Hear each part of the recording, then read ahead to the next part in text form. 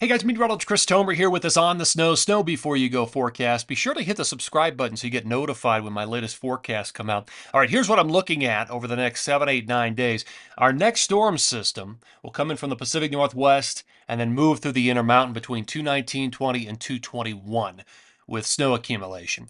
Then behind it, it sets up this moist pattern for a lot of the Pacific Northwest with the jet really anchored in that area, directing like a pipeline of moisture through the Pacific Northwest, BC, central to northern Idaho, and northwest Montana, 220 to 225. And we could see feet of accumulation during that period. All right, let me set the table here. This is water vapor satellite imagery, and let me just show you what's coming. So oranges and reds on this are drier air in the low levels, and then your moistures in the whites and the blues. Here's our next storm system right here. Now behind it, there's also a storm system and a lot of moisture as well.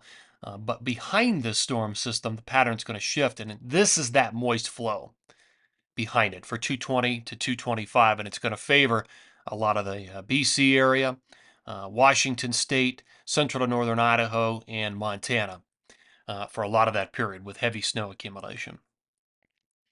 Okay, here is my snow timeline. Best odds of snow. So if you say, okay, when's the powder day? Look at the dates. Those are the best odds for new snow. Big sky into 220, moderate accumulations. And then your heaviest period is with that moist flow, 223, 24, and 25, heavy accumulations. In the Wasatch, you've got heavy snow accumulation coming into 220. Tetons light to moderate into 220, but then your heaviest snow would come in. So it's a waiting game, 223 through 225. Colorado, light, and then potentially your best shot is moderate to heavy on 220, and then light again on 225. So you're kind of out of that flow. Interior BC, boy, there's a lot here, and the heaviest stuff, and we could be talking feet of accumulation, is 222 through 225. Revelstoke, Kicking Horse, Fernie, Red Mountain, all those areas. The Pacific Northwest, your heaviest stuff comes in 221 through 225. I don't have much on the board there for the Northeast or even Tahoe once we get past 219. Okay, so here's another way of looking at that. Spider chart, best odds of snow, more purple, higher on the web, better snow, better new snow. So that's the Pacific Northwest. That's BC. That's central to northern Idaho. That's northwest Montana. That's the Wasatch. You have a pretty good shot coming through the Wasatch initially. And then late in the period, it's the Tetons.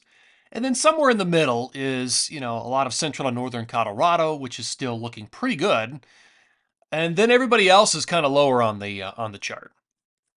So more purple, higher on the web, better odds of new snow. All right, I want to show you the jet stream because this is the key here to where everything is going to be moving. We'll start this early on Thursday, February 20th. You can see the storm system across the west, the dip in the jet stream. All right, here's lunchtime. There's late on Thursday, February 20th. The storm system, the deep trough moving through Utah, Wyoming, Colorado, and then it moves out into the plains. Here's early Saturday, February 22nd. At this point, the flow has shifted. You can see where the brighter colors are. That's what I'm looking for. I'm looking for the brighter colors, the reds, oranges, and tans, because that's going to be your stronger winds up at jet stream level, the guiding winds. That's up in the Pacific Northwest. That's where that rich flow is going to be running 220 to 225. And look at that. I mean, it just nails that area. Here's lunch on Monday, the 24th. Another storm for the Pacific Northwest. Here's the 25th. And during this period, we're going to have some big high pressure ridging. When all that moisture is hitting the Pacific Northwest, it's going to be high pressure ridging across a lot of the Southwest. So California, Nevada, Utah, Wyoming, New Mexico, Arizona, it's going to be much warmer and it's going to be pretty dry during that same period. So this is the 26th. Okay, let me show you snow accumulation over time. So on this, your light blues are going to be your lightest accumulations, and this is early on Thursday, February 20th. Two different storm systems, one kind of crossing the Great Lakes, the Midwest, and another one up in the Intermountain.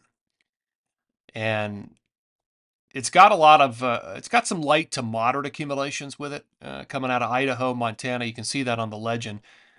Those light blues are your lightest accumulations. Greens are 3 to 6. Here we are late on the 20th. The remainder of the snow moving through Wyoming, Utah, Colorado, and then it moves out, and that's it. Next storm system, rich flow hits the Pacific Northwest, parts of northern Idaho and northwest Montana. This is late on the 22nd. Here's late on the 23rd. Some of that drops down to the Tetons. Here's late on the 24th. And notice how dry it is across a lot of the west and the southwest part of the United States. Just that high pressure ridging is going to kill that pattern for you. And another storm system right there. There's lunchtime on the 26th, kind of crossing the northern tier of the Intermountain West. Okay, so my forecast, all of 220 through 224, I've got 6 to 12 inches in the Wasatch. And remember, your best snow comes earlier in the period in the Wasatch. 220 is going to be a powder day across the Wasatch. Up in the Tetons, 10 to 12. Again, most of your snow comes later in the period. Montana, northwest Montana could be 1 to 2 in that 1 to 2 foot category.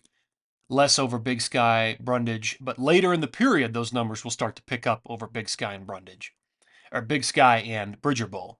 Now, in central and northern Idaho, Brundage looks really good. So does Schweitzer with a couple of feet of accumulation. Lots of spillover from this pattern. Interior BC, 1 to 2 feet or more of accumulation. Revelstoke, Kicking Horse, Red Mountain, Fernie. And there's going to be some. I've got 8 on the board for Sunshine, Banff, and potentially 16 up at Marmot Basin. Pacific Northwest, 1 to 2, 1 to 3 feet of accumulation up there. And then very little as you drop down into southern Oregon and into California. In Colorado, the central and northern mountain corridor, 5 to 10 inches. Less as you go into the southern mountains, and maybe 1 to 2 inches for northern New Mexico. Up in the northeast, it's pretty light. It's a light game up here. I've got 1 to 4 inches for New York, Vermont, New Hampshire, and Maine. Just no major storm systems. Couple of clippers, and that's going to do it. So in on the western map here, we still got some decent snow yet to go with one storm and then a rich flow that will set up for the Pacific Northwest, but enjoy it. Be safe out there, guys, and thanks for tuning in here to this On the Snow Before You Go forecast. Take care.